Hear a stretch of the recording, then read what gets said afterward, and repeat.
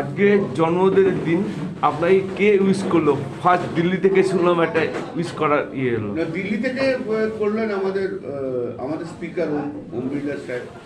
উনি উইশ করেছেন সকালবেলায়। শিবরাজ সিং চৌহান আমাদের মন্ত্রী, উনি উইশ করেছেন। অভিষেক উইশ করেছে, আরও অনেকেই উইশ করছে। যা আসে, আমার সবচেয়ে বড় কথা, আমার সব ওয়ার্কাররা যারা আছে, সে সমস্ত ফ্রন্টে যারা আছে সবাই উইশ করছে। এই আছে একটা রাজনীতির প্রশ্নে আজকের দিনে আসছি। এই যে তৃণমূল ছেড়ে আবার কংগ্রেসে ফিরলেন আপনাদেরই এক সাংসদ, মানে গনি খান চৌধুরীর পরিবারের লোক, সেক্ষেত্রে কি বলবেন? দেখো, ও আমার কন্যাসম, ওর সম্বন্ধে কোনো কথা আমি বলবো না। তো ও যেখানে মর্জি সেখানে গেছে, আর ইচ্ছে বেশি কিছু আমি বলবো না। আমি স্নেহ করি কম, খুব বেশি ওকে খুবই স্নেহ করি, কন্যাসম। আমি ওর সম্বন্ধে কিছু বলবো না। আর যে শিশির অধিকারী কালকে একটা সবার সামনে ক্ষমা চেয়ে যে বলেছে যে তৃণমূলকে ভুল করেছে, বিজেপিতে আপনারা ভোট দিন, এটা কি কোনো চাপে পড়ে বা কি কারণ? বুড়ো বয়সে ভীমরতি হয়, তো সেই ভীমরতি হয়েছে, তাই বলেছে। 98 সালে তৃণমূলের বিরুদ্ধে দাঁড়িয়েছিল, হেরেছিল। কংগ্রেসের হয়ে দাঁড়িয়েছিল, হেরেছিল।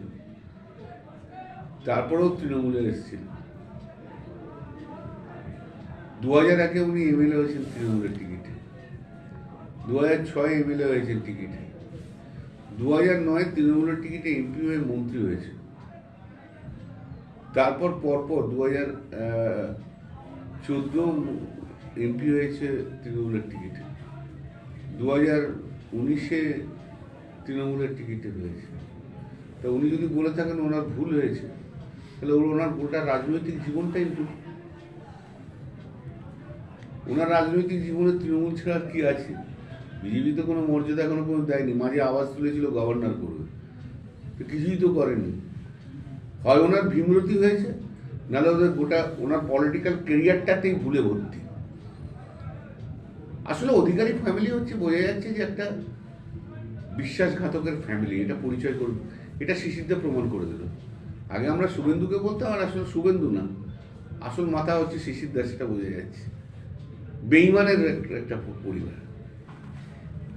আর প্রধানমন্ত্রী সবাই এখন বেঙ্গলকে চোখ করছে, এসআইআর মারফত কি সেটাকেই চাপা দেওয়ার চেষ্টা? এসআইআরকে ওয়েপেনাইজ করছে এখানে এগেন্স্ট তৃণমূল। তো সেটা কতদূর সার্থক হবে আমার ডাউট আছে। এখানে কিছুই হবে না। ওরাও জানে কিছু হবে না, চেষ্টা চরিত্র করছে, গরম করার চেষ্টা করছে। কিছু হবে না, ওরাও জানে।